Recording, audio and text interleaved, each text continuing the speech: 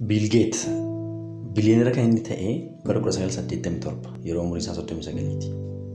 Ashama hordoftoota YouTube barnaataa har'a gorsota Bill Gates dargaggoota milkaa'oo fi duroomuu barbaadaniif kenne salgan isin qabadde dhiyaadhee inni ji'a afaan baay'ee makasee ergaan shakkiin qabu gorsa tokkoffaa.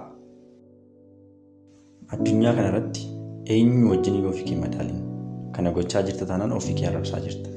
Ati eenyuun iyyuu hin caaltu eenyuun gadis miti.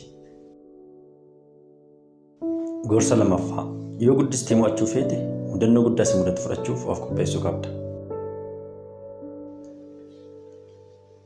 Gorsa sadaffaa leenjisaa qabaachuu qabda.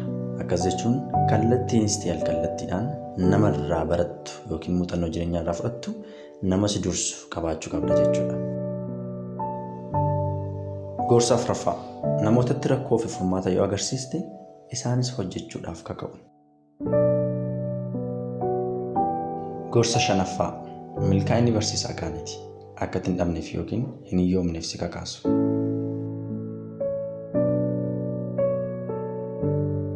Gorsa ja'affaa ani yeroo koo bal'inaan dubbisuu irratti hin dabarsa.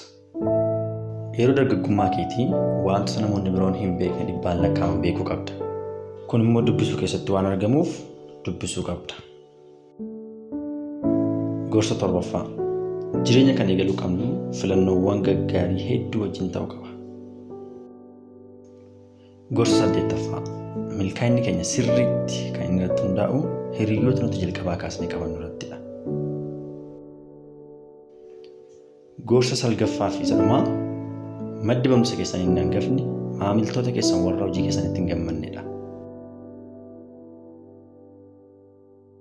Egaan jaalatamtoota hordoftoota YouTube marnaataa har'a gorsoota gurguddaa salgan Bill Gates dureessa addunyaa keenyaa dargaggoota milkaa'uuf duroomuu barbaadaniif kenne salgan qabadde isiniif dhiyaadhee isinis immoo YouTube marnaataa subscribe gochuun dagatinaa galatooma.